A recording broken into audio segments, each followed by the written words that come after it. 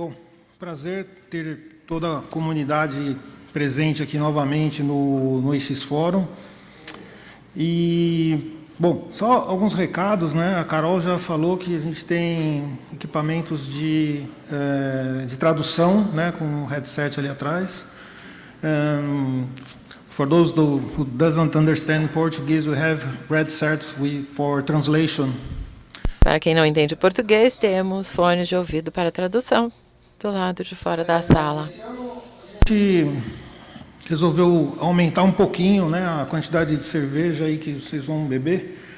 E a gente queria... vamos fazer pela primeira vez, né, no final do dia de amanhã, um espaço aí chamado Peering Coordinator Forum, tá?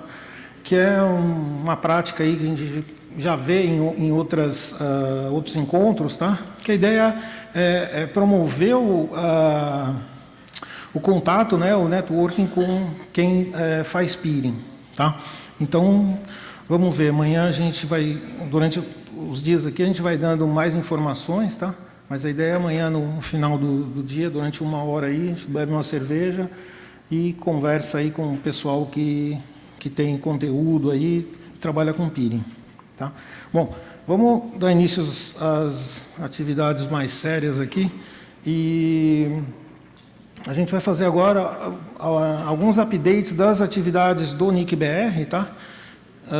Então, eu não sei como que está a questão da apresentação, que eu acho que a minha apresentação é a primeira.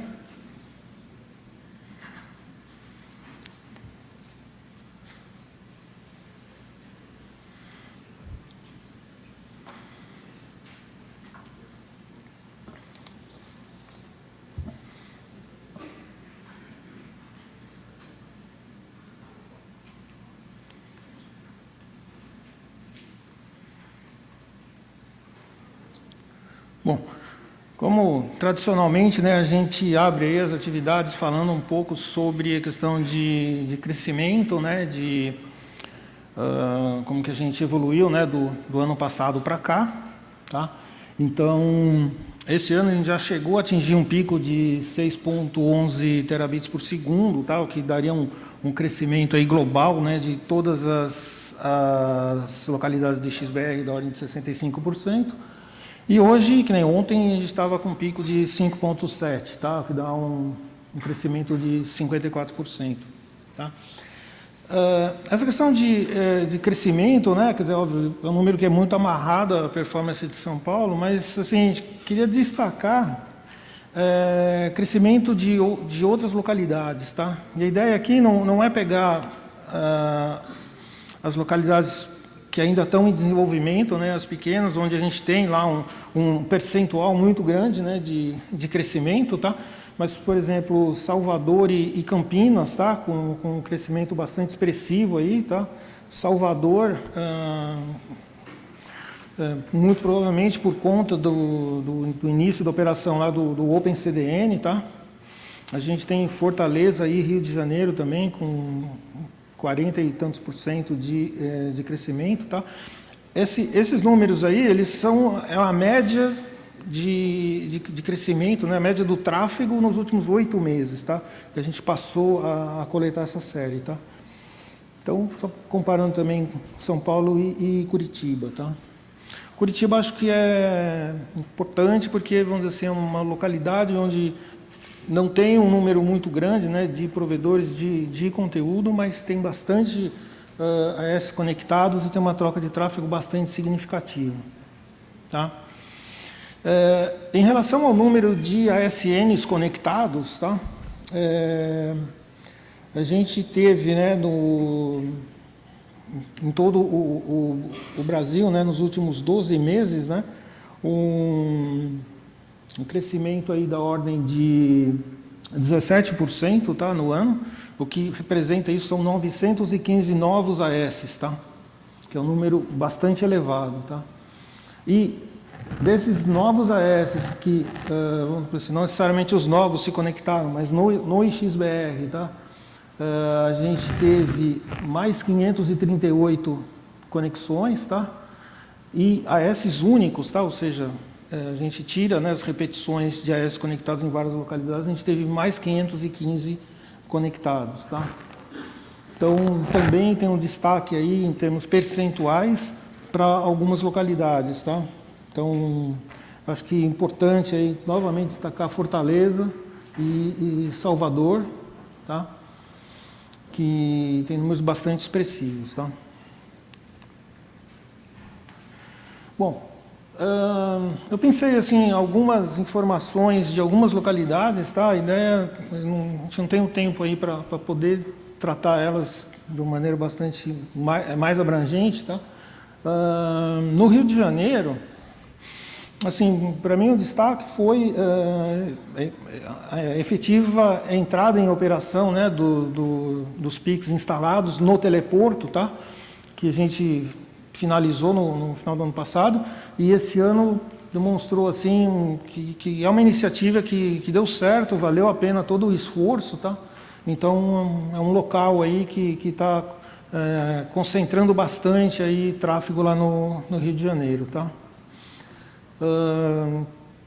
Nosso planejamento também para 2019 para o Rio já é começar a implantação de transporte óptico com canais de 200 GB, tá? Porque a gente já tem algumas conexões que já estão chegando no limite, né, do que a gente pode operar com canais de 10. Tá? E a gente, não sei o quanto foi assim, amplamente divulgado ou não, mas a gente está disponibilizando algumas portas de 40 GB em alguns equipamentos lá no Rio de Janeiro, onde a gente tem portas disponíveis. Tá?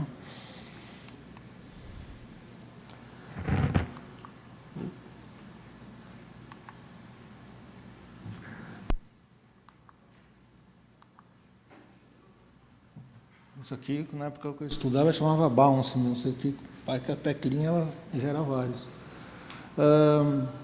Outra localidade assim também que a gente já está com toda a infraestrutura, né, que a gente estava implantando, planejado desde o ano passado, Fortaleza, tá, onde já temos os 7 PICs em operação.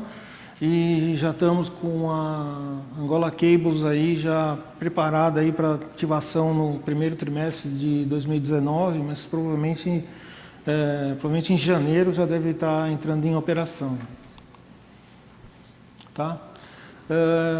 Porto Alegre, tá? A gente fez uma parceria aí com o pessoal do POP lá que coordena as atividades. A gente fez a migração do equipamento, né, do Core para o ASR 9010, tá?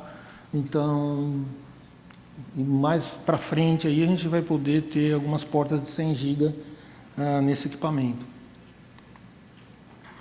Tá? A gente ativou mais 3 localidades esse ano, Maceió, Teresina e São Luís, tá? Totalizando agora 31 novas localidades. Vamos falar agora um pouquinho de São Paulo, tá? A gente fez a finalização, né, falta uma última etapa aí do processo de migração dos route servers, tá? Em função da iniciativa por uma internet mais segura, né, que a gente vai estar falando sobre isso no painel um pouquinho mais tarde, a gente fez a implantação de algumas práticas de segurança nos route servers, tá? E para a gente conseguir fazer isso, a gente precisou mudar a versão do software, tá? Para ter, vamos dizer assim, throughput, né? Capacidade de processamento e também ter todos os requisitos técnicos necessários, tá? Então, isso foi um trabalho que foi feito assim com bastante cuidado, tá? Então a gente teve várias etapas onde a gente foi mudando, né, os equipamentos, né, um a um, e atualmente a gente já está com todos os route servers rodando a versão 2 do Bird, tá? A gente continuamos usando a versão multiprocesso, tá? A gente tem 4 instâncias de Bird rodando, tá? Principalmente para o V4, tá? E A etapa final desse processo vai ser a gente diminuir de 4 route servers para 2, tá? E a gente vai manter 2 ativos e 2 em stand-by, tá? Então, caso ocorra algum problema com o equipamento, a gente pode simplesmente passar a operar com outro, tá? Eles vão ter o mesmo endereço IP, tá? Então, vamos dizer assim, vai diminuir um pouco a carga dos roteadores conectados. Caso a gente encontre outra opção de tecnologia, né, ou de equipamento que suporte a nossa carga de trabalho em relação aos route servers, a gente pode vir estar colocando mais 2 com outra tecnologia, tá? Mas nesse momento a gente só conseguiu efetivar todas as ações usando o Bird, tá? Recentemente a gente esteve no EuroX, onde estavam os desenvolvedores, né, do Bird e tal, e aí eu fiz um comentário lá que era o seguinte, né, que eu gostaria que o IXBR fosse uma dor de cabeça para quem desenvolve route server, né? Mas infelizmente é o contrário, né, porque o padrão para eles são os grandes IXs da Europa, onde eles têm, vamos dizer assim, um número de participantes da ordem de 800, entre 700 e 800 participantes. E a gente está no número quase que o dobro disso, tá? Então, na verdade, em vez da gente ser o pesadelo para os fabricantes, nós é que temos o pesadelo de achar uma solução, né? Então, a gente gostaria que fosse o contrário. Então, assim, em relação à infraestrutura, em relação aos canais de implantação de transporte óptico, tá? A gente está hoje com aproximadamente 13,6 terabits por segundo, né, de transporte instalado na rede aqui de São Paulo, tá? A gente já vinha notando, né, de um tempo nos últimos 2 anos, a diminuição no número de portas de 1 giga. E a partir do meio desse ano aqui, a gente já percebe agora a diminuição do número de portas de 10 GB, tá? E, por outro lado, a gente está tendo um aumento significativo de portas de 100 GB, tá? Então, é interessante esse movimento, né? Quer dizer, o pessoal que já tem o número de portas de 10 GB agregada, né? Tipo, mais que 6 portas, já está fazendo a opção de passar para o 100 GB, tá? A gente ativou 3 novos PICs aqui em São Paulo, tá? A Ascent, a Data e a Equinix SP3. SP3 é chamada de PICs ou de SICs, isso aí tem gerado uma certa discórdia e controvérsia aí na comunidade, tá? Mas, assim, só gostaria de colocar assim, que esse foi um ajuste que a gente fez com a Equinix em relação à forma como a gente estaria operando, tá? Em relação às necessidades de recursos, de infraestruturas dentro do data center, tá? E a solução adotada, ela foi feita para ser totalmente transparente para o participante, tá? A ideia é que, em vez de ter um cross-connect físico, exista alguma conexão lógica, tá? Uma outra coisa interessante é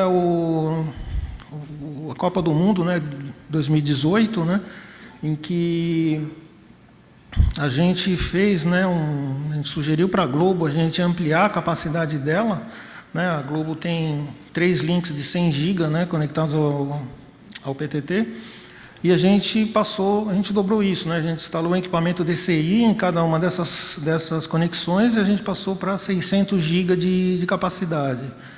E isso foi muito legal, porque a gente chegou a picos de 550 GB, né, durante a Copa, e o feedback do pessoal da Globo passou para a gente foi que eles não tiveram nenhum problema de restrição de banda que influísse na qualidade, tá? Então, todos aqueles que obtiveram o conteúdo da Globo através do XBR conseguiram operar na melhor qualidade possível, tá? Então, eles estavam bastante satisfeitos com isso, tá? No Rio de Janeiro, a gente tem uma banda menor, tá? Mas a gente também ficou longe de ter, vamos dizer assim, alguma restrição de banda. Tá? Bom, queria passar para vocês agora alguns comentários aí sobre as instabilidades, né, os problemas que a gente está enfrentando esse ano aqui na rede aqui de São Paulo, tá? Que óbvio, isso repercute muito, né, na comunidade. Então, assim, acho que é importante a gente analisar um pouco o histórico, né? Que em 2016 a gente fez um trabalho de mudança de tecnologia, tá?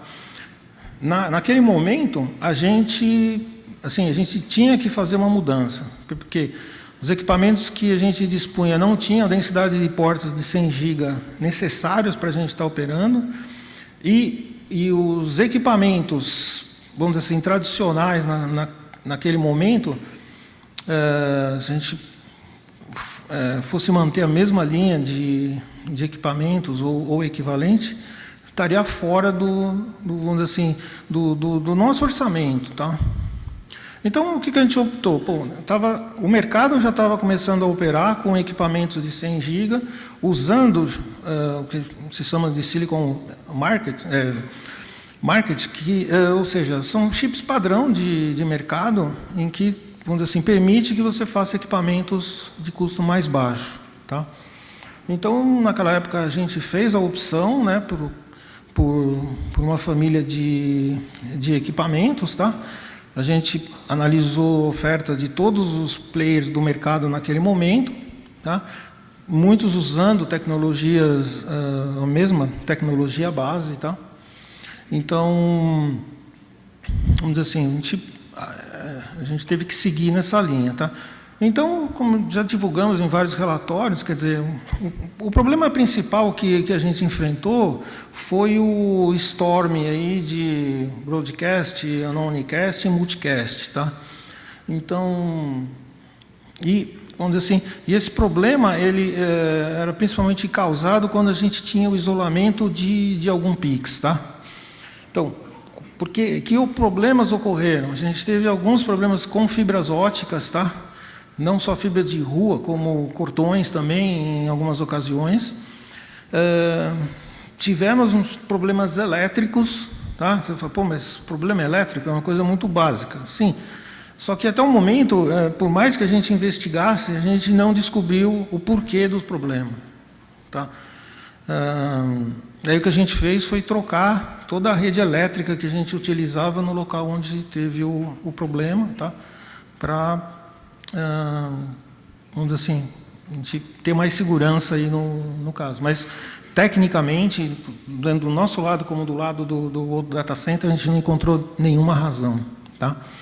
E alguns problemas com o próprio equipamento, tá? Então, esse problema especificamente foi um problema muito complicado, que envolveu principalmente o driver SSD do equipamento, tá? Então, é um problema que acontecia a partir de uma determinada sequência de ações que se fazia entre a controladora e o disco SSD, tá? E assim, a gente está falando de componentes, de elementos de primeira linha, tá? Então, esse é um problema que foi muito difícil de se achar a causa raiz e encontrar a solução, tá? A solução final foi a troca do software do controlador do disco, tá? Então, isso foi assim, uma coisa bastante complicada para a gente, tá? Então, depois disso, o que a gente fez? A gente fez a aplicação de algumas proteções, né, que, vamos dizer assim, para eliminar esses efeitos aí do storm de broadcast, multicast, tá? E atualmente a gente tem ainda alguns problemas pontuais entre algumas conexões dentro da rede, tá? Então, quando a gente tem esse problema que acontece, a gente tem que fazer algumas ações em alguns switches, tá? Mas efetivamente o tráfego ele não para na rede como um todo, tá? São questões pontuais, tá? A gente já tem uma nova versão de software para a gente estar colocando nos equipamentos, tá? Só que assim, para a gente, esse é um processo que a gente tem que fazer com extremo cuidado, porque a gente não pode errar, tá? Quer dizer, a gente tem muitos equipamentos na rede, a gente não para a rede toda para fazer uma atualização completa, tá? Quer dizer, vocês sempre estão com a rede disponível, tá? Então, vamos dizer assim, essa é uma atividade que a gente toma muito cuidado, tá? Então, a gente não pode ficar fazendo atualizações a cada semana, tá? Então, isso é complexo para a gente, tá? Então, para vocês terem ideia, né, do ano passado para cá, a gente foram 68 chamados aí de suporte, né, e de reporte de bugs e correções, todas que a gente trabalhou, tá? Então, acho que assim, é importante destacar, quer dizer, o total apoio que o fabricante está dando para a gente, tá, na solução desses problemas, tá? A rede do IXBR de São Paulo é uma rede única em termos de tamanho, de tráfego, número de roteadores, tá? Quer dizer, isso é um desafio para qualquer um dos fabricantes, tá? Assim, outra coisa a destacar é o comprometimento da equipe de engenharia, tá? Quer dizer, o pessoal que cuida dessa rede, desses equipamentos aí, como se fosse a família deles, tá? Quer dizer, assim, a gente tem muito orgulho desse trabalho, tá? Quer dizer, a gente consegue desenvolver, apresentar um trabalho que é um dos maiores do mundo, tá? Quer dizer, com uma equipe bastante enxuta, tá? Então, a gente vai iniciar semana que vem a troca da versão do software dos equipamentos, tá? A gente já tem o ok do fabricante, as nossas validações estão ok, tá?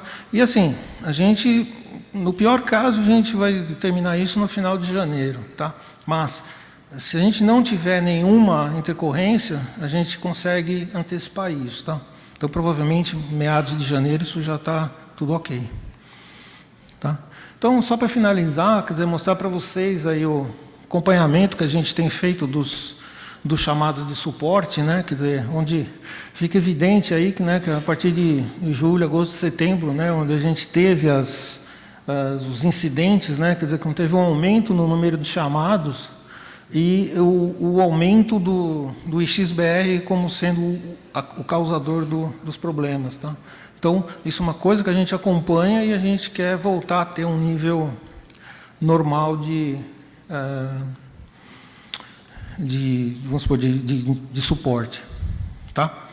Então, era isso que eu gostaria de falar. Assim, proposta assim, a gente tem um espaço amanhã, no final do dia, que é o Converse com o IX. Então, acho que se tiver perguntas, questionamentos sobre tudo isso, acho que a gente pode fazer amanhã, tá?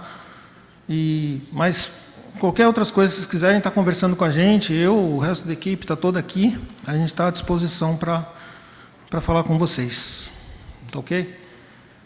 Então, essa era a atualização da engenharia. Bom, agora eu gostaria de chamar o Moreiras e o Rodrigo, que vão estar falando sobre, acho que a parte de ativação, e imagino, talvez do OpenCDN.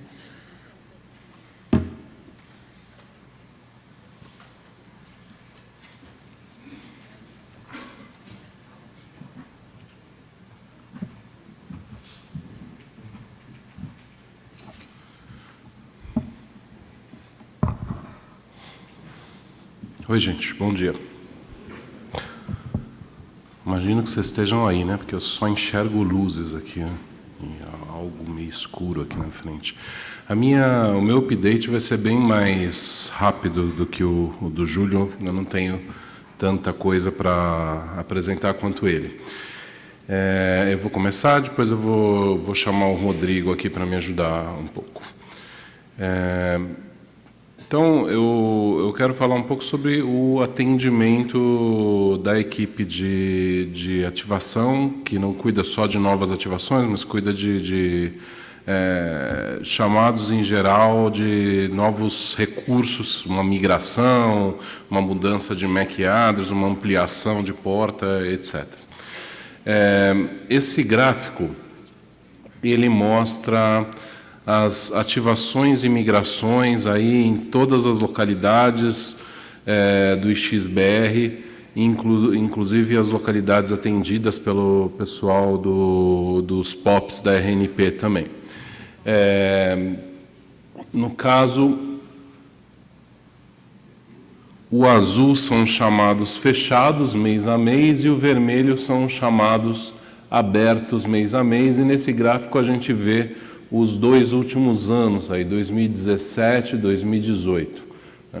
Então, a gente não teve uma grande alteração de volume de chamados entre 2017 e 2018. A gente tem alterações sazonais, mas nada assim muito relevante, muito diferente de um ano para o outro.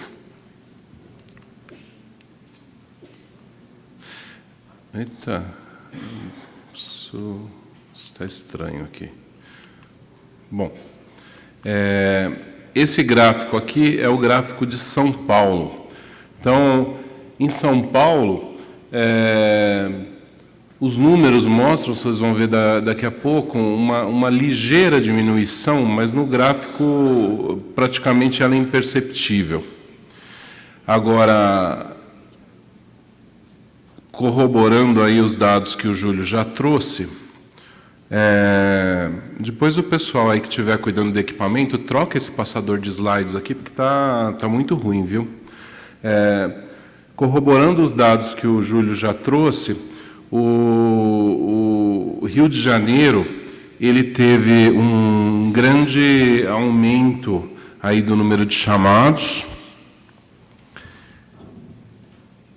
e também Fortaleza. O pessoal foi trocar lá o passador. Se puderem trocar o slide, por favor. Quem estiver na frente do computador aí.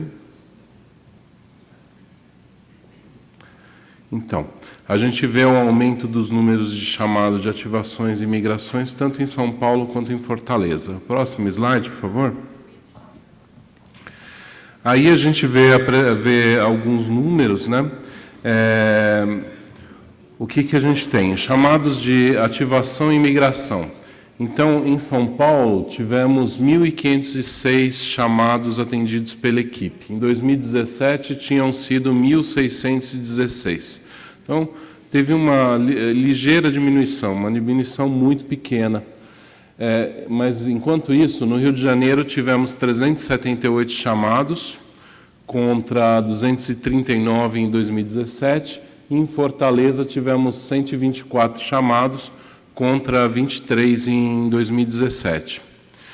Isso chamado só de ativação e migração. Se a gente for considerar todos os chamados, em São Paulo foram 2.921 atendidos pela minha equipe, no ano passado foram 2.901, então 20 chamados a menos, em quase 3.000.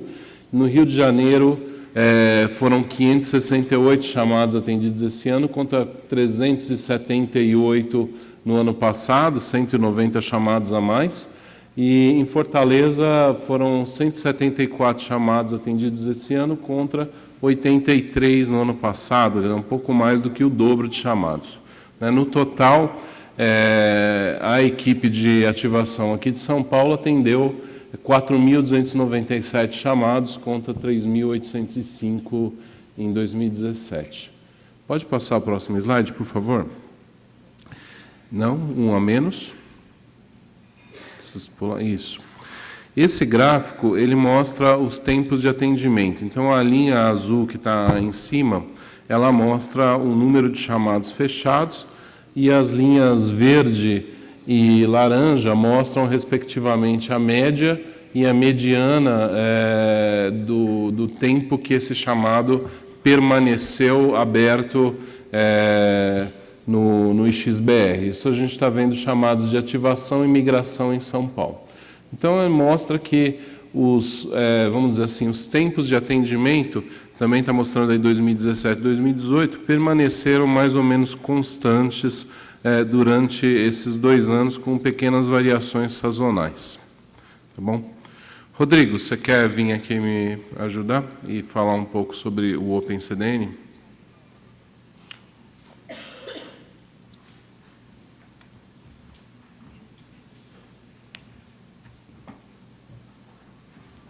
caindo.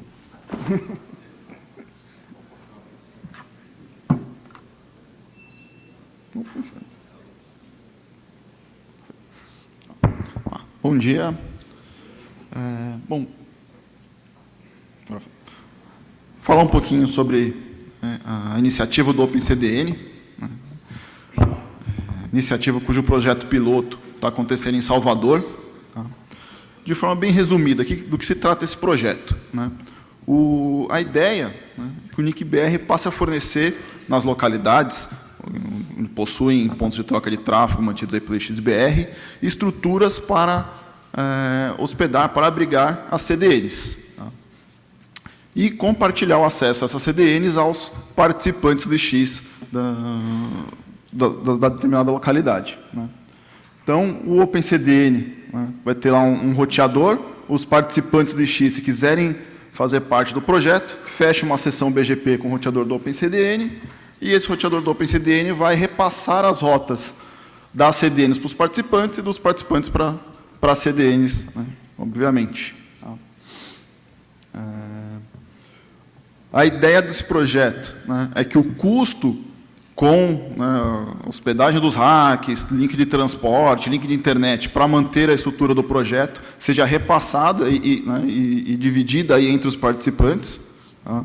Então, diferente de outras iniciativas do NIC-BR, o OpenCDN não é uma iniciativa gratuita, mas também a gente não visa lucro, então a ideia é realmente só ratear os custos. Tá? E como eu mencionei, né, o projeto piloto foi iniciado aí em junho desse ano, lá em Salvador. Tá? A gente já conta lá com 40 participantes, tá? 3 aí em processo de ativação ainda. No total, contando os participantes diretamente conectados e os clientes desses participantes, que também são sistemas autônomos, lá em Salvador o projeto já está atendendo mais de 100 sistemas autônomos, né? Os 40 diretos e mais indiretamente aí, os clientes desses demais AS. Né? Uma estimativa aí, fazendo a conta do número de prefixos que a gente recebe, né, que mais de 320 mil usuários finais estejam sendo atendidos pelo projeto, por essa iniciativa. Tá? Se levar em consideração, né, o uso de CGNAT, esse número pode ser até maior. Hoje a gente está apenas com 2 CDNs fazendo parte, né, do projeto, sendo abrigadas lá na estrutura do OpenCDN, que é o Google e a Akamai. Né? Até aproveitar aqui o espaço, né, se tiver representantes aí de CDNs que queiram fazer parte do projeto, né, pode me procurar, pode procurar o Moreiras aí durante o evento para a gente trocar uma ideia aí e tentar ampliar aí o número de serviços sendo atendidos, tá, fornecidos. Em relação a tráfego, já tivemos picos aí de 17 GB de tráfego, tá, mas aí atualmente a média está em torno de 10 GB, porque algumas dessas CDNs elas têm comportamentos aí sazonais também, né, então o comportamento do tráfego pode variar um pouco. Os participantes que se conectam ao OpenCDN, em média, eles já entram trocando em torno de 150 a 200 MB de tráfego. Tá? Então, já é um acréscimo aí de tráfego bastante grande para os participantes. O passador de slides ainda não está bom. E aqui são alguns gráficos, né, tanto do OpenCDN, né, do AS do OpenCDN lá em Salvador, né, e do IX, né, de Salvador como um todo, do agregado do IX. Se a gente pegar aqui o gráfico anual, que está aqui embaixo, no cantinho à esquerda, né, dá para ver aí que o agregado do tráfego trocado lá em Salvador praticamente dobrou depois da entrada do OpenCDN. Bom, agora eu vou passar a palavra novamente ao Moreiras, que vai falar de uma outra iniciativa nossa. Muito obrigado. Se vocês olharem o primeiro gráfico, eles estão na mesma escala, né? Então, dá para ver hoje a quantidade aproximada de tráfego do OpenCDN que, vamos dizer assim, colabora com o tráfego total do XBR em Salvador. É uma quantidade de tráfego considerável, né? Contando aí que nesse período Se vocês observarem o gráfico, a gente começou a operar o OpenCDN por aqui. Então, a gente veio aumentando o tráfego do X Salvador. Aqui a gente teve a saída de uma grande operadora de telecom, lá do X, que diminuiu quase 5 GB de tráfego, dos picos de tráfego, né? E depois o tráfego foi recuperando por conta da entrada dos participantes no OpenCDN. A gente teve também muitos participantes novos entrando no XBR de Salvador, que foi refletido naquele número de chamados que aumentou, né, por conta da instalação do OpenCDN lá.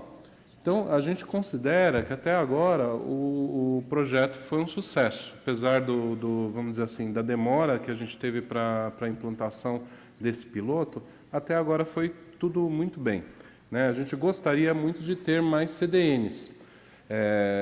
Lembrando que a ideia é compartilhar naquele modelo, o mesmo modelo de cache que está aqui do Google, por exemplo, é um modelo que ele usa dentro da rede de um provedor, né? Só que aí a gente consegue compartilhar para vários ISPs ao mesmo tempo, como se fossem clientes de trânsito ou algo assim. Então, esse mesmo modelo pode servir para outras CDNs.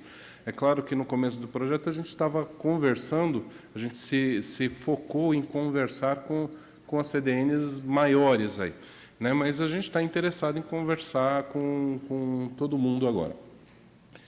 E agora, o próximo passo lá em Salvador em si é fazer o compartilhamento dos custos disso, né? Um rateio que até agora a gente não está fazendo. Então, até agora, todo mundo que está participando lá está participando sem custo, mas em janeiro a gente deve começar a já fazer o rateio. Claro, a gente vai avisar com antecedência, mandar os contratos, mandar os valores, e vamos começar a fazer isso daí. A gente espera que dê tudo certo, tá?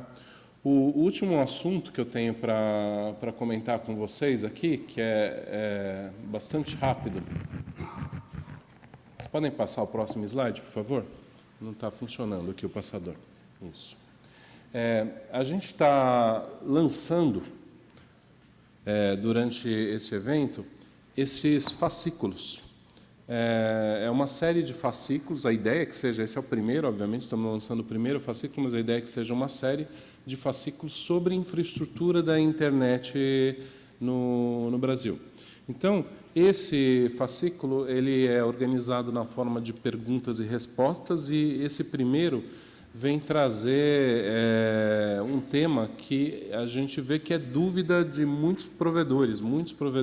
Talvez não de vocês que estão aqui, mas quando a gente participa, por exemplo, de eventos de provedores regionais, uma dúvida muito frequente é sobre a alocação de IPs. Como que eu faço? Que documento que precisa? Por que é difícil? Preciso de um consultor, não preciso de um consultor, como se essas regras são definidas, posso conseguir mais IPv4 depois que eu fiz a primeira alocação, não tem jeito mesmo. Então, tem uma série de dúvidas que a gente foi, na forma de perguntas e respostas, tentando esclarecer, e fizemos isso na forma desses fascículos. Então, vocês vão achar, em breve a gente vai publicar no site do NIC e divulgar, mas vocês já acham ele impresso na mesa que a gente tem ali fora de PEG 1. A gente tem uma mesa aqui na parte de fora com vários materiais do NIC-BR, cartilha sobre segurança, materiais sobre o X, e esse é um dos materiais que vocês vão encontrar lá. Caso vocês tenham interesse, podem pegar um e levar e ler e divulgar para os colegas aí de outros provedores, de outras redes. Tá bom? Então, era isso que eu tinha para falar para vocês. Eu acho que do mesmo jeito que o Júlio já falou, que a gente vai ter um espaço de conversa com o Ixi, se tiverem dúvidas específicas, eu acho que a gente pode deixar para esse espaço mais para frente.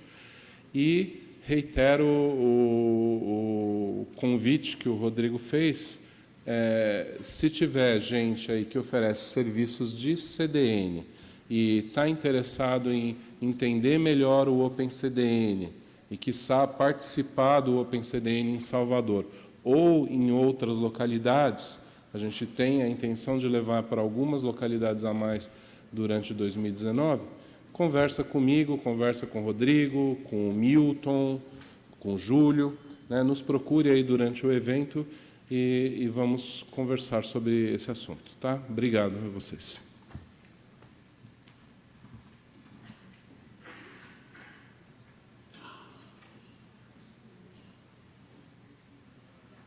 Alô? Oi. Não, gostaria de chamar o Eduardo Barazal para falar para a gente sobre esses fóruns regionais, né? E os cursos.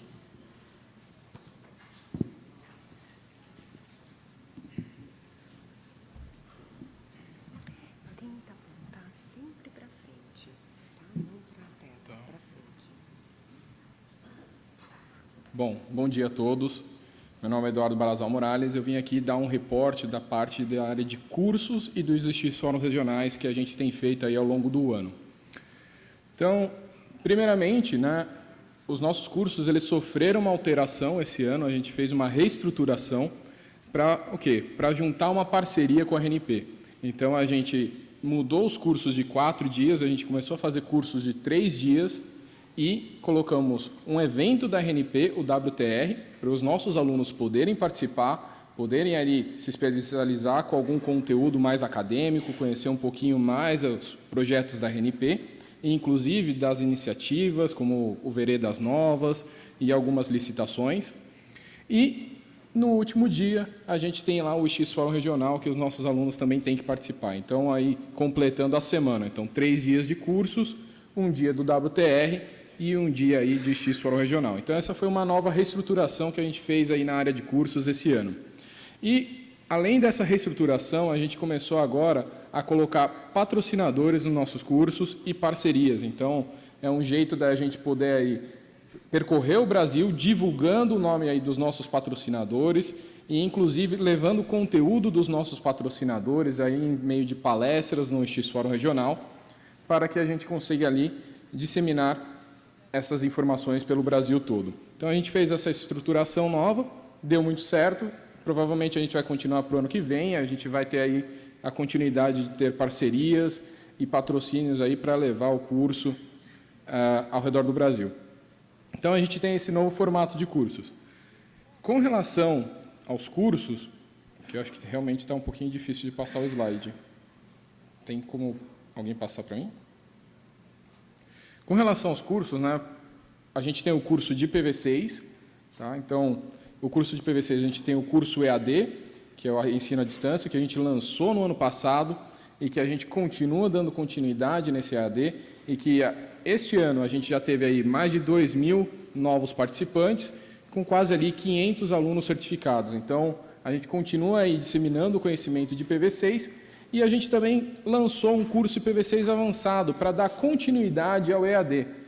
Isso daí era um pedido muito dos alunos, porque o básico que a gente tinha ali no ensino à distância, ele não contemplava todo o conteúdo que a gente ministrava antes no nosso curso presencial. Então, a gente criou o IPv6 avançado para poder ali dar uma continuidade para aqueles que foram alunos do EAD. Então, ele é até um pré-requisito para que você faça o IPv6 avançado. Então, tem que ser certificado ali no curso EAD. Então, até para os próximos alunos, aqueles que queiram vir a fazer o nosso curso presencial avançado, no ano que vem, façam um EAD.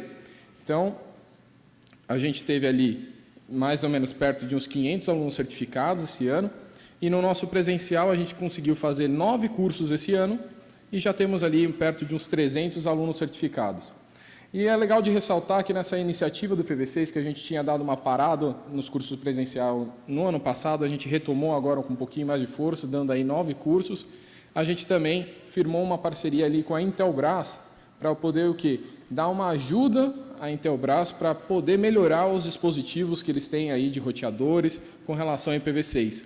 Então, a gente foi lá, fez um estudo em cima ali dos roteadores deles e fizemos ali um ensinamento na equipe técnica, né? A gente ensinou a equipe técnica a como trabalhar com o IPv6 da melhor forma. Para isso, melhorando ali os dispositivos deles e, no final, melhorando os dispositivos que vocês compram e utilizam no provedor de vocês. Tá? Alguém... Opa, passou demais. Agora foi. Com relação ao outro curso, o curso BCOP, né, o curso de Boas Práticas Operacionais, a gente teve também uma outra reestruturação, agora a gente está com alguns módulos novos, então a gente tem a mesma estrutura antiga, mas colocando algum conteúdo novo.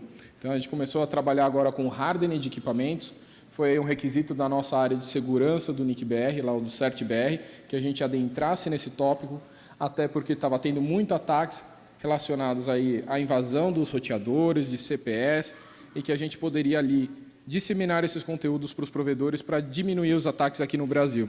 Então, a gente começou com a iniciativa da Internet Segura, a gente colocou ali conteúdo do Manners e começamos ali também um conteúdo de hardening de equipamentos. E aí, com esses novos conteúdos, com essa nova estrutura, a gente deu 8 cursos esse ano e também 250 alunos já foram certificados com esse novo ensino. Tá?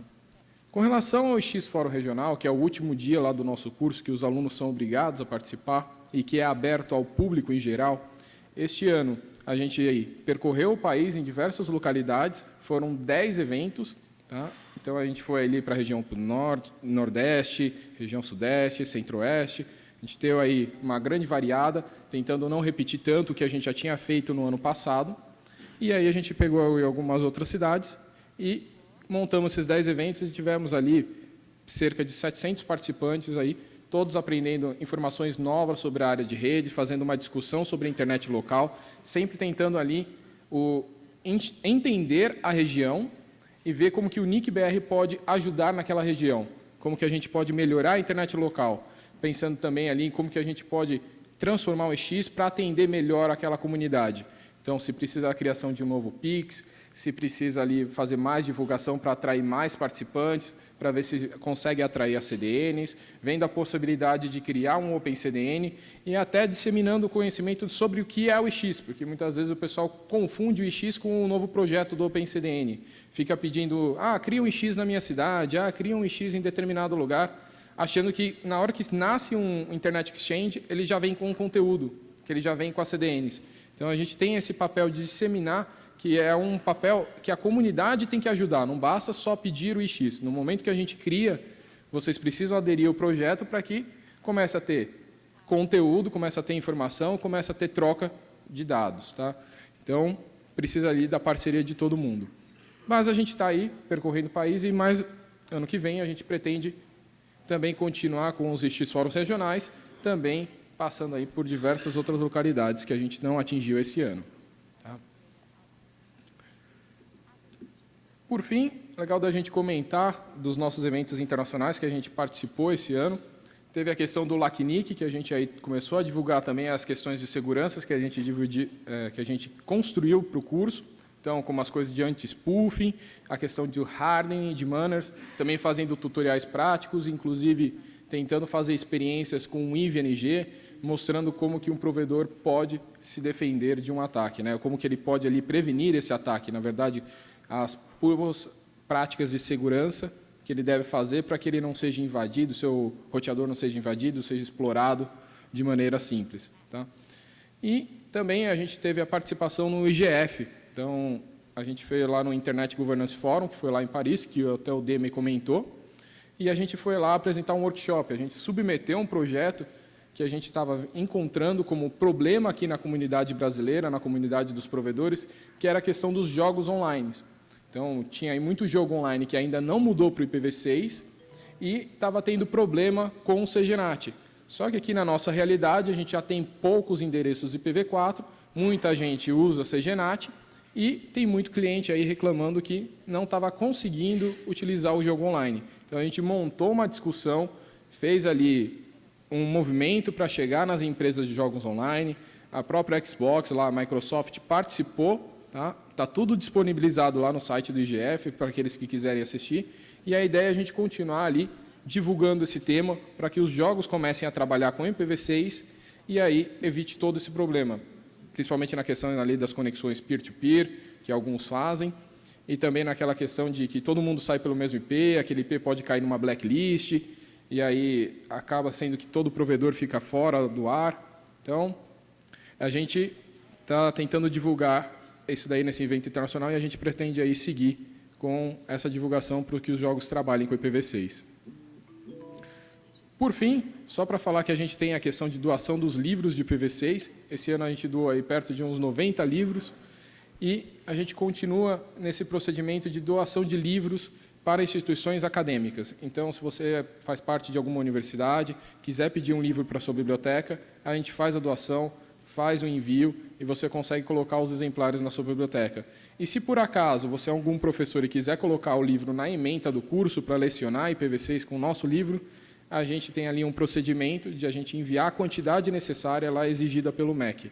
Tá? Então, fica uma oportunidade, é só ler a URL lá, tem todas as explicações. Tá?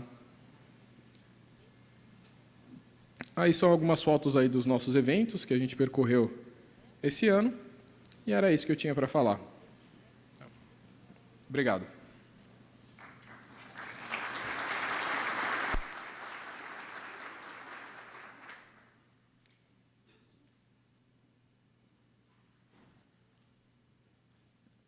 Oi. Aproveitar para agradecer os nossos patrocinadores, o Google, a Abranet e a Cisco, a TEDEC, parceria com a Extreme, a Ciborne, EPS Finizar, NTT, Globinet, o Facebook, Angola Cables, a Equinix, o PX Technologies, a Telsius e a L8. E agora eu gostaria de convidar o Ricardo Patara, que vai fazer uma apresentação sobre um update sobre os nossos escassos recursos aí, de numeração.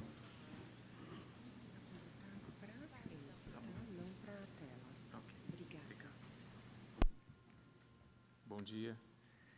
Primeiramente, agradecer o pessoal do IX pelo convite, agradecer a presença de vocês também. Como o Moreiras comentou, é difícil ver quem está aqui. Mas vamos lá. A ideia é ser breve, rápido, apresentar algumas informações que podem ser relevantes para o público em relação às alocações de endereço IP, ASN, que é a área que eu trabalho. Só criando um contexto, acabou passando uma a mais.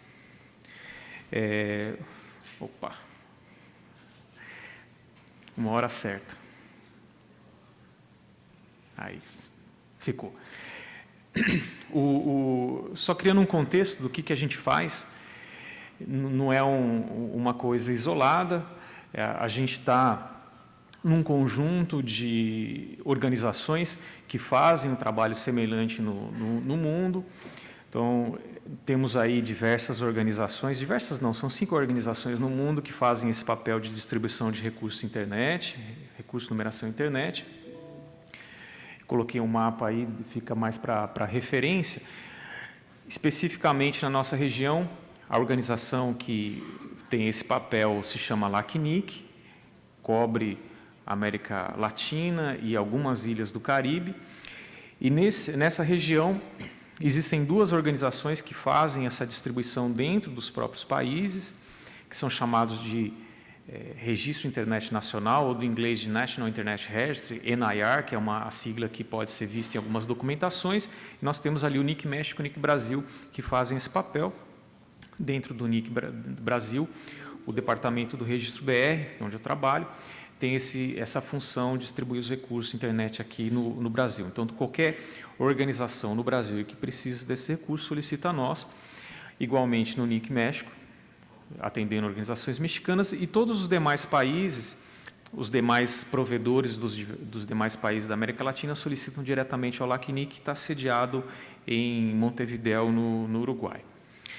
A questão de por que existem esses registros nacionais é uma questão histórica. Já existiam dentro desses 2 países, o México e o Brasil, organizações que faziam essa distribuição, mesmo antes do surgimento do LACNIC, por questões de como esses países se conectaram à internet, quando isso aconteceu. O LACNIC, após o seu surgimento em 2002, reconheceu a importância dessas organizações e incorporou na sua estrutura, mantendo assim esses serviços.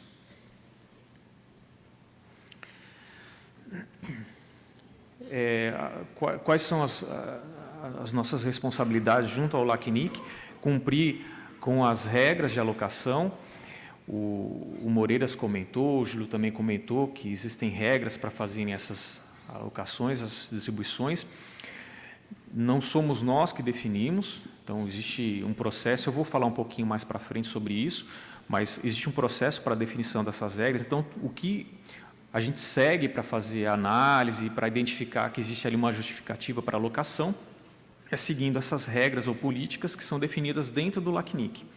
Então, existe uma comunidade, existe um processo lá dentro que define essas regras, e no nosso caso, especificamente, elas são ratificadas pelo CGI e colocadas no nosso site, e a gente passa a cumprir e analisar as solicitações de acordo com essas regras. Uma outra questão que também gera algumas consultas é em relação aos custos para alocação. Os custos não são definidos por nós. O LACNIC tem lá uma tabela de custos, tanto para a alocação inicial como para a manutenção dessas alocações. Nós cumprimos essa tabela de custo. A única diferença é porque no Brasil a gente não pode cobrar em dólar, a gente converte isso daí para reais e cobra em real. Como seria muito complicado a gente ficar convertendo à medida que temos que fazer esse custo, essa cobrança, no momento da cobrança converter para dólar, a gente define um valor, faz essa conversão no início do ano e utiliza aquele valor já convertido para o ano todo. Tem se mantido estável essa conversão até o ano passado, até esse ano, na verdade. O ano que vem vai ter uma alteraçãozinha, vocês já foram comunicados, face ao aumento do dólar em relação ao real. Por que isso é importante para a gente? Porque a gente repassa para o LACNIC uma porcentagem desse dinheiro que nós arrecadamos. Então, parte é para custear o serviço do NIC, mas também uma parte é repassada para o LACNIC. Na hora de repassar, a gente repassa em dólar. Então, a gente tem um encargo alto aí e temos que, por isso, acompanhar a variação da moeda em relação ao real. Então, só explicando, a gente tem essas responsabilidades aí junto com o LACNIC.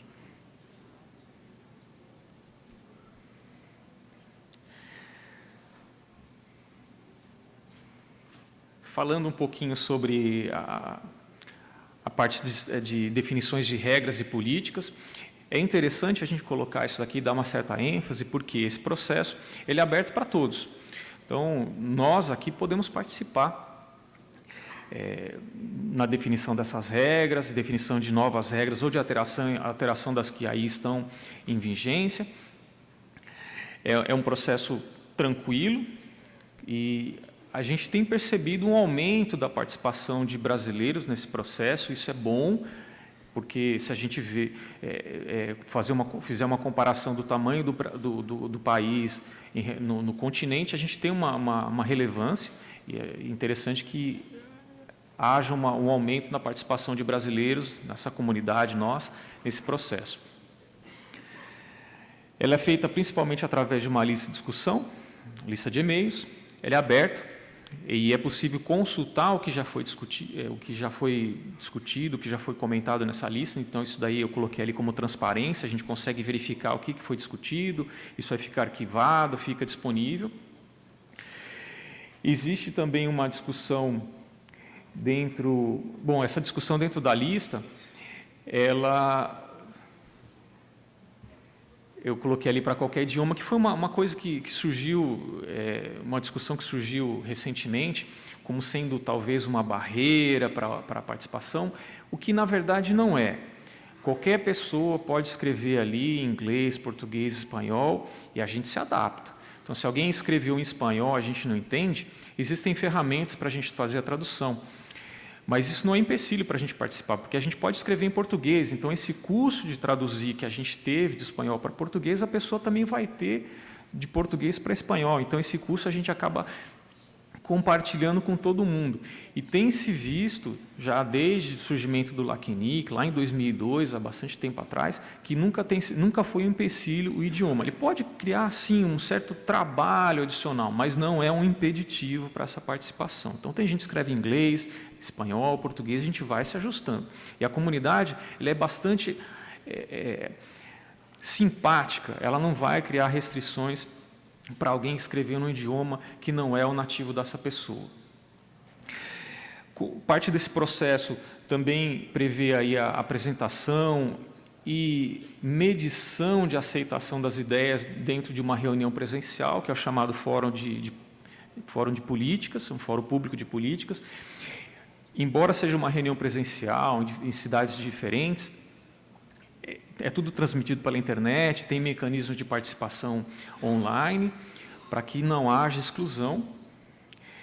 Depois tem um processo de últimos comentários e depois a ratificação pela diretoria quando se coloca em prática aquelas regras discutidas e aprovadas. Aí eu coloquei alguns detalhezinhos, porque inclusive houve uma alteração nesse processo recente, porque antes o processo era assim, se discutia na lista, depois apresentava-se no fórum de políticas e ali se media a aceitação ou não daquela ideia, que é o chamado consenso. Isso mudou recentemente, foi no último fórum de políticas, se alterou um pouco. Agora existe um período para que uma ideia seja discutida tanto na lista de discussão, mas também no fórum, e essa medição de aceitação, consenso em relação àquela ideia, mede-se também na lista. Então, aquelas pessoas que possivelmente não consigam participar do fórum presencial, podem expressar na lista o seu aceite ou não em relação àquela ideia, àquela proposta. Então, eu coloquei ali os prazos mais para referência, mas destacando principalmente que agora pode-se medir essa aceitação da ideia, um consenso, uma medição de consenso na lista. E esse consenso também tem agora uma declaração do que significa no texto de processo de desenvolvimento de políticas. Antes era uma ideia meio aberta, não havia uma definição, agora tem uma definição ali. A ideia é o seguinte: se não há uma rejeição técnica e uma aceitação, uma demonstração de aceite razoável na comunidade, aquela ideia avança. Rapidamente, mais para referências, aqui são as regras ou políticas, propostas de políticas que foram discutidas nesse ano, em 2018. Coloquei uma lista ali, não vou entrar em detalhes, mas tem o URL, depois vocês conseguem verificar com mais tranquilidade o que trata cada uma dessas ideias. Essas daí, inclusive, já foram aprovadas, já foram ratificadas, já estariam valendo.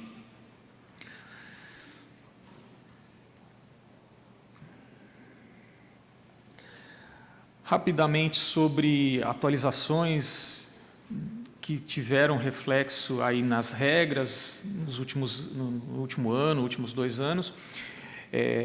Foram criadas novas categorias para os provedores de serviço internet dentro do fórum do LACNIC, dentro da estrutura do LACNIC, e acaba se refletindo no nosso serviço.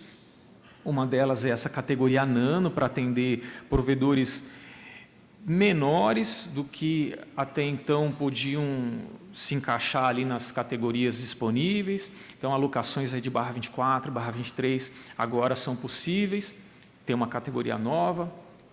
E também as categorias maiores, que antes terminavam numa chamada de Mayor, agora existem outras 17 dali para diante. A ideia foi ser mais equitativo nessa distribuição de categorias na estrutura do LACNIC. Não vou entrar em detalhes, mas tem ali na URL uma referência para vocês obterem as informações.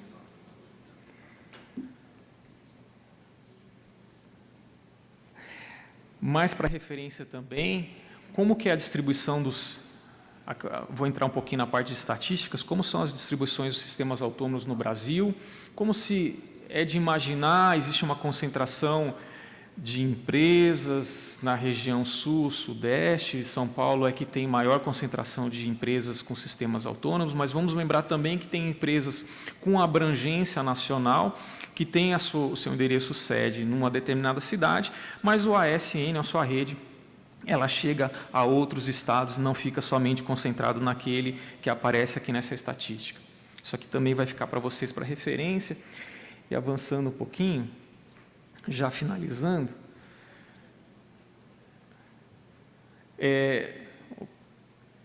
vamos lá. Aqui mais para a gente verificar como tem sido o crescimento. a gente nota um crescimento significativo na quantidade de sistemas autônomos, e a gente vê refletido aí na quantidade de alocações feitas, tanto de endereços IPv4, IPv6 e ASN, crescimento acentuado a partir de 2010. E aqui, essa tabelinha da esquerda de vocês, eu coloquei ali para a gente ver que grande parte dos sistemas autônomos no Brasil já tem alocação de IPv6, isso é muito importante. Embora nem todos utilizem, o primeiro passo já foi dado, a alocação já está feita. Então, ali tem, por categoria, os maiores com certeza 100%, porque é um número menor, mas mesmo os menores tem ali na faixa, mais de 80% com certeza deles já tem alocação de IPv6. Isso é importante, isso é bom. Aqui, como é que é a distribuição desses provedores nas diferentes categorias, como se é de esperar? Grande parte deles estão nas categorias pequenas e médias, a gente sabe disso, conhece o Brasil, sabe que existem um grande número de provedores pequenos em locais remotos e eles que fazem aí a parte de penetração da internet no Brasil. Tem um papel fundamental importante e a gente vê refletido aqui na quantidade de alocações. Eu quis colocar esse gráfico aqui para a gente ver a quantidade de solicitações que a gente atende por ano. Então, ali, naqueles gráficos, aqueles picos, é a somatória por ano, e depois os menorzinhos ali por mês. Cresceu, mas tem se mantido mais ou menos acima de 1.500. Mas por que eu coloquei isso daqui? Para mostrar esse outro gráfico aqui. É comum essa ideia de que existe uma barreira para receber essas alocações de IP, ASN. Mas, se a gente olhar em números, é baixo a quantidade de solicitações que são rejeitadas. Então, no ano de 2018, 1.800 solicitações que a gente recebeu, somente 26 foram rejeitadas. Rejeitadas porque não cumpriram com as regras, de fato. Existem outras que a gente acaba cancelando esse pedido porque a pessoa não respondeu, desapareceu, ou a própria pessoa pediu para fechar o ticket. Mas quais de fato foram cancelados porque não cumpriam com as regras, é baixo, menos de 3%, na faixa de 3%.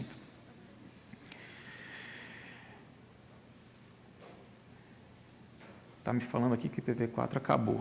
Nossa, adiantaram aqui a terminação.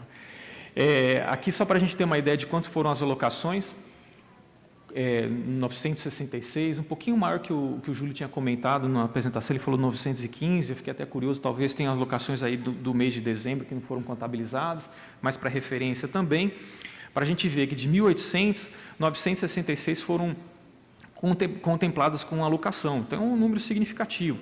Aquelas outras diferenças, tem muito pedido repetido, tem pedido, como eu falei, que acaba sendo cancelado porque a pessoa desaparece, não responde mais aos nossos e-mails e a gente não mantém esse pedido aberto para a eternidade. Para referência também, qual que é o cenário do Brasil, qual que é a participação do Brasil no cenário regional, esses gráficos são do LACNIC, a gente tem aí 60% de endereços IPs alocados no Brasil, comparado com a região, 70% de IPv6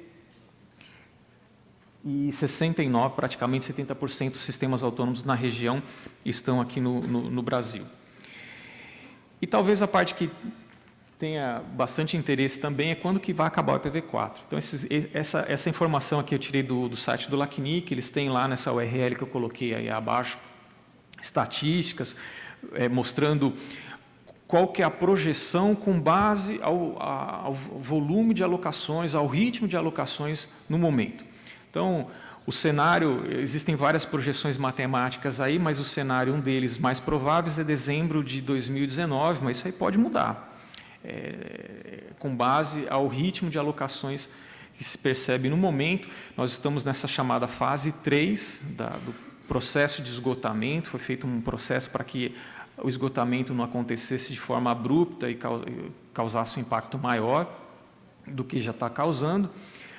E nessa fase 3 são permitidas somente alocações iniciais de no máximo 1.024 endereços IP, V4.